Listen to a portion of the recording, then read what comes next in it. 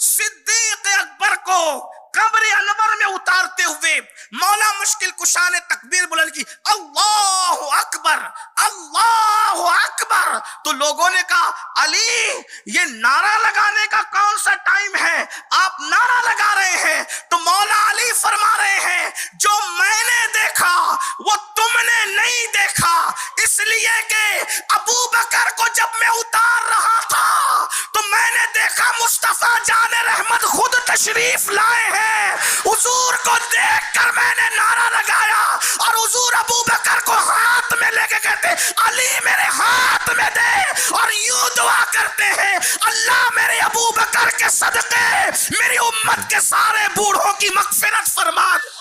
बूढ़ों की फजीलत पर एक हदीस पढ़ देता हूं। आका अलैहिस्सलातु व तस्लीम फरमाते हैं, सफेद रेश बूढ़े जब दुआ करते हैं तो अल्लाह को रद्द करने में हया आती है। हाँ, और अल्लाह जब किसी बूढ़े की दाढ़ी सफेद हो जाती है तो अल्लाह फरिश्तों से कहता है, अब इसका गुनाह मत लिखना, इस बूढ़े का गुनाह मत लिखना। और एक बात सुन ले बूढ़ों के लिए, जब सैयदना सिद्दीक अकबर का विसाल हुआ, सिद्दीक अकबर का विसाल हुआ, सैयदना अबू बकर सिद्दीक अफजलुल बशर बादल अंबिया बितहकीक, सैयदना अबू बकर सिद्दीक का विसाल हुआ तो कब्र अनवर में उतारने के लिए मौला अली उतरे। जरा गौर करें, यहां जो मेंढकियों को जुकाम है जरा उनको भी समझ आनी चाहिए कि वो ये सोचते कि अहले बैत और सहाबा में तो आपस में तनातनी चलती थी, ये अपनी तरह समझते। एक तबका ऐसा है खवारिज का जो रसूलुल्लाह को अपनी तरह समझता है, और एक तबका रवाफिज का जो सहाबा को अपनी तरह समझता है। ना नबी अपनी तरह है, ना सहाबा अपनी तरह है, ना अहलुल बैत अपनी तरह है। वल्लाह ये वो अजीम लोग हैं कि पुश्ते जमीन ने और चश्मे फलक ने इन जैसी हस्तियों को देखा नहीं है और क़यामत तक देख नहीं सकते। लेकिन तवज्जो से सुनो, विसाल सिद्दीक अकबर का हुआ है, नहलाने वाले मौला अली है। विसाल सिद्दीक अकबर का हुआ है, जनाजा रसूलुल्लाह के दरवाजे तक ले जाने वाले मौला अली है। विसाल सिद्दीक अकबर का हुआ है, रसूलुल्लाह की बारगाह में अर्जी लगाने वाले, या रसूल अल्लाह, पूरी जिंदगी जो पीछे पीछे चलता था, गार में भी जो साथ रहा वो मजार में भी साथ रहना चाहता है, ये अर्जी लगाने वाले मौला अली थे। और अपने हाथों से कब्र में उतारने वाले भी मौला अली थे। सिद्दीक इतना प्यार करें मौला अली से कि आपने रसूलुल्लाह को कब्र में आराम के लिए उतारा, मुझे भी आपके कफन आपने पहनाया, मुझे भी पहना है। अब सुनिए, जो बूढ़ों के लिए हदीस पढ़ना, वरना यह मौका नहीं था यह हदीस पढ़ने का, लेकिन बूढ़े नाराज ना हो, इसलिए कि बूढ़ों की नाराजगी से मुझे डर लगता है अल्लाह ना नाराज हो, इसलिए कि मेरे बाबा भी बूढ़े हैं ना, अगर वो सुनेंगे तो उनको भी तकलीफ नहीं है। मेरे उस्ताद भी तो कई बूढ़े हो चुके हैं, तो इसलिए किसी का दिल ना दुखे, तो इसलिए उन्वान मेरा जवानी है, लेकिन साथ साथ में ये हदीस पेश करनी पड़ी है। लेकिन हमें कोई दुख नहीं है, क्योंकि हम ये तय करके नहीं आए हैं कि हम इसी जुमले को कहेंगे, नहीं। हाँ, तवज्जो है आपकी। हाँ, सरकार सिद्दीक अकबर को कब्र में उतारने के लिए मौला अली उतरे। मैं उन लोगों की खबर जरूर लेता, लेकिन ये मेरा उन्वान भी नहीं, मौका भी नहीं। जो कहते हैं कि अबू बकर जन्नत में जाएंगे कि नहीं जाएंगे, मैंने कहा अगर अली को माना था तो अली के कदम को भी मान लेते हैं। अली को माना था तो मौला अली के कदम को भी मान। सिद्दीक जिस कब्र में बाद में गए हैं, उस कब्र में सिद्दीक से पहले मौला अली के कदम गए हैं। जो पीरों का पीर हो, जो गौसे आजम का भी गौस हो, उसे अली कहते हैं। जो गौसे आजम का भी गौस है, जो ख्वाजे आजम का भी ख्वाजा है, उसे अली कहते हैं। अली ने मिंबर पे कदम बाद में रखे, अली उस अली को कहे, अली वो अली है जिसे रसूलुल्लाह ने अपने कंधों पे चढ़ाया है। अली के कदम मिंबर पे बाद में पहुंचे, रसूलुल्लाह के कंधों पे पहले पहुंचे। ये मौला अली के कदमों की शान है ना। यही तो हम कहते हैं सिद्दीक को भी समझो, अली को भी समझो। कैसे? सिद्दीक वो है जो नबी को बिठाते हैं, और अली वो है नबी जिनको बिठाते हैं। तो जिसने नबी को उठाया हम उसको भी नहीं भूलते, जिसने नबी को उठाया उसको भी नहीं भूलते, और नबी ने जिन को उठाया हम उनको भी नहीं भूलते। सिद्दीक अकबर जिस कब्र में बाद में गए, उस कब्र में मौला अली पहले गए उतारने के लिए।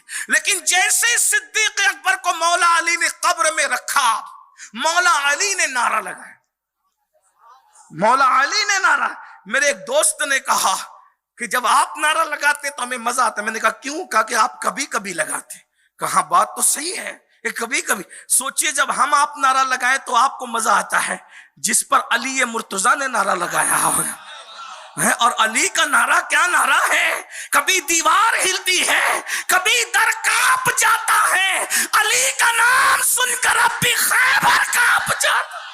جس کے نام کا نعرہ محفل کو زندہ کر دے، جب اس مولا علی نے نعرہ لگایا ہوگا تو پھر بات کیا ہوئی ہوگی. صدیق اکبر کو قبر انور میں اتارتے ہوئے مولا مشکل کشا نے تکبیر بلند کی، اللہ اکبر اللہ اکبر. تو لوگوں نے کہا علی یہ نعرہ لگانے کا کون سا ٹائم ہے، آپ نعرہ لگا رہے ہیں. تو مولا علی فرما رہے ہیں جو میں نے دیکھا وہ تم نے نہیں دیکھا، اس لیے کہ ابو بکر کو جب میں اتار رہا تھا تو میں نے دیکھا مصطفیٰ جان رحمت خود تشریف لائے ہیں.